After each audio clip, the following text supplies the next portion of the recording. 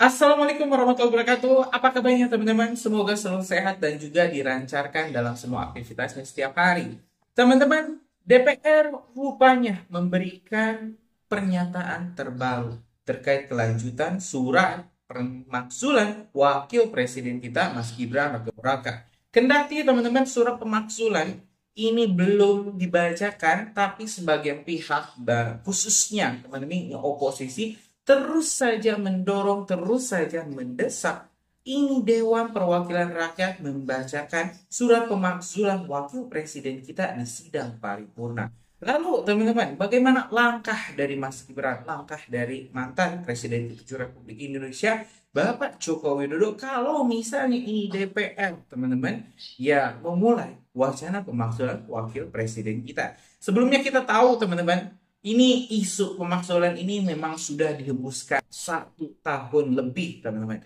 Jadi bukan hal yang baru, tapi memang akhir-akhir ini memang makin banyak sekali kelompok-kelompok, khususnya yang mengatasnamakan Purnawirawan TNI, dan juga teman-teman ya mungkin ini orang-orang yang sakit hati karena enggak kebagian kue, yang mendesak untuk Mas Gibran ini dimakzulkan. Salah satunya yang mungkin santer paling kuat sekali teman-teman untuk mendorong Mas Gibran dimaksud adalah Roy Suryo. Roy Suryo memang punya track record yang kurang baik dengan keluarga Presiden Joko Widodo, apalagi ketika Pak Jokowi memimpin. Roy Suryo beberapa kali tersandal kasus teman-teman ya yang mungkin ini berhubungan atau yang mungkin ya agak menghina Pak Jokowi. Dulu pernah ada memes patung Candi Borobudur yang mungkin diganti oleh wajah Pak Jokowi, mungkin teman-teman yang lupa. Nah ini juga Roy Suryo sempat teman-teman ya sempat terseret karena ikut mengunggah foto tersebut, walaupun yang akhirnya dimaafkan. Pak Jokowi saat itu tidak terlalu menganggap hal ini hal yang penting, jadi ya tidak dilaporkan. Beda kalau saat sekarang ya ijazah Pak Jokowi yang terus saja disebut-sebut ini palsu, akhirnya membuat Pak Jokowi ya yang memang sudah tidak lagi menjabat sebagai presiden membela diri melaporkan Roy Suryo ke kepolisian. Nah, teman-teman, kita mau simak dulu berbagai informasi yang sudah kajian online kumpulkan dan bagaimana sih respon dari DPR soal pemakzulan Wakil Presiden kita. Apakah DPR akan segera membacakan surat pemakzulan Wakil Presiden di sidang paripurna selanjutnya atau seperti apa? Ini kita simak video selengkapnya.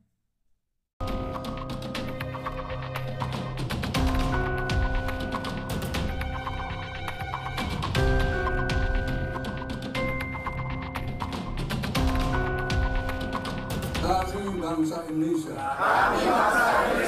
Berkeadilan sosial. Bagi seluruh rakyat Indonesia. Kalau sudah kita dekati dengan cara yang sopan, tapi ternyata diabaikan, nggak ada langkah lagi kecuali kita ambil secara paksa. Sudah lebih dari 1 bulan, surat pemakzulan Wakil Presiden Gibran Raka Buming Raka dikirim ke DPR oleh Forum Purnawirawan TNI. Mereka menilai proses pencalonan Gibran cacat etik dan mendesak DPR membentuk pansus. Tapi hingga hari ini tak ada jawaban, tak ada sikap resmi. Ketua DPR Puan Maharani pada 24 Juni lalu mengaku belum menerima surat soal usulan pemakzulan tersebut. Namun Puan menjanjikan akan memproses surat itu sesuai mekanisme yang berlaku. Kita akan cek kembali apakah bisa langkah-langkah apa yang akan dilakukan, dan tentu saja kita akan proses nantinya dengan sebaik-baiknya. Belum ada. Memasuki bulan Juli, anggota DPR RI fraksi Golkar Nurdin Halid menjelaskan surat tersebut tidak mempunyai alasan konstitusional. Surat harus disertai bukti pelanggaran yang kuat. Tidak punya alasan konstitusional untuk kita proses lebih lanjut. Pasal 7A itu jelas. Harus ada bukti yang berkaitan dengan perbuatan melawan hukum, yaitu tindak pidana, korupsi, penipuan, dan pelanggaran berat itu. Nah, sekarang suratnya itu, aspirasi itu, dukunglah dengan bukti-bukti itu. Misalnya waktu Gus Dur, kan nggak ada bukti tuh. dilampirkan gitu ya, cek itu. Terus hasil bukti barulah itu dikembangkan. Soalnya DPR itu tidak mudah kita melakukan penyelidikan terhadap sesuatu yang hanya dugaan. Dosen Hukum Tata Negara Universitas Andalas Sumatera Barat, Ferry Amsari mengatakan, kunci pemakzulan Gibran ada di DPR. Jika sampai dibawa ke Mahkamah Konstitusi, Gibran akan punya kesempatan membuktikan tudingan dari Forum Purnawirawan TNI. Jadi di MK itu malah menurut saya forum yang baik juga untuk Mas Gibran membuktikan dia benar atau tidak, tudingan orang ini salah atau tidak. Kalau tudingan para purnawirawan itu dianggap lemah, ya buktikan di forum Mahkamah Konstitusi.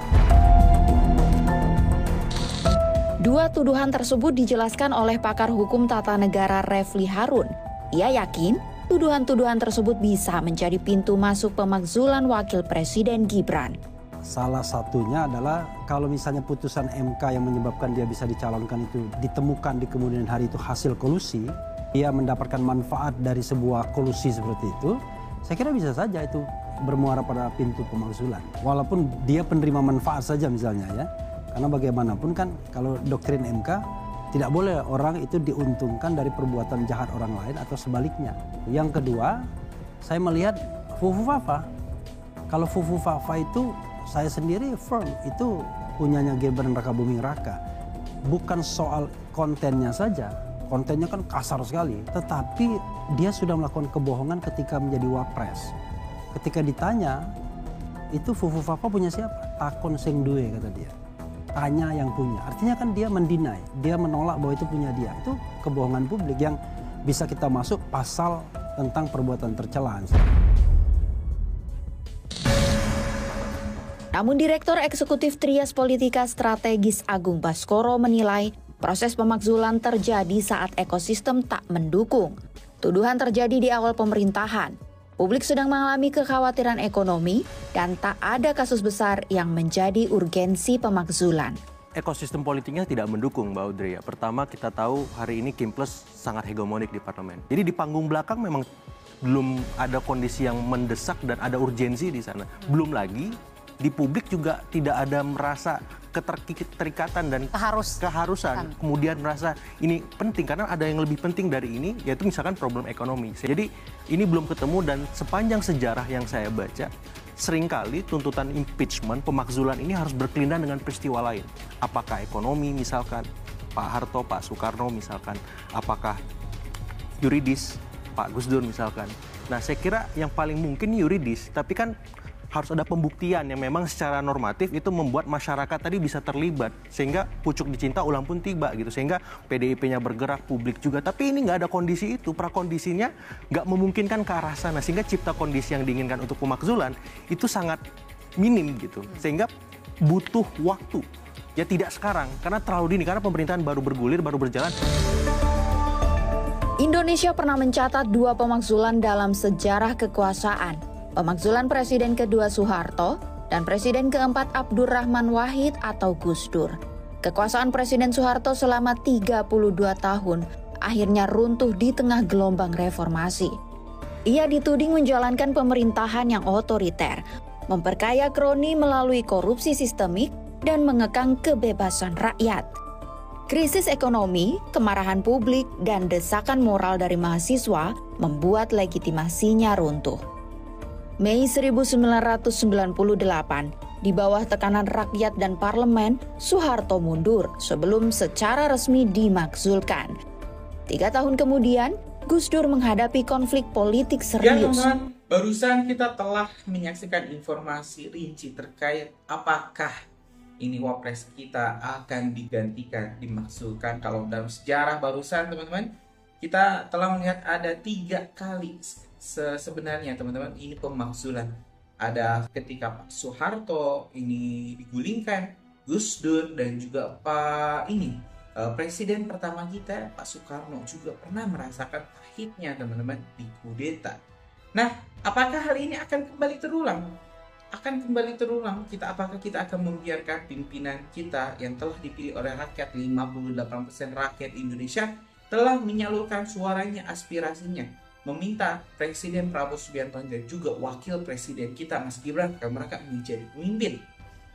Dan bagaimana kalau misalnya diganti, siapa yang bakal menggantikannya? Apakah Anda rela misalnya tiba-tiba dipimpin oleh seorang A, ini sosok A, sosok B, sosok C yang tiba-tiba naik panggung, dapat panggung, teman-teman? Apakah teman-teman rela? Nah, bagaimana pendapat kalian? Tulis di kolom komentar dan kita bakal diskusikan bersama-sama. Terima kasih teman-teman. Assalamualaikum warahmatullahi wabarakatuh.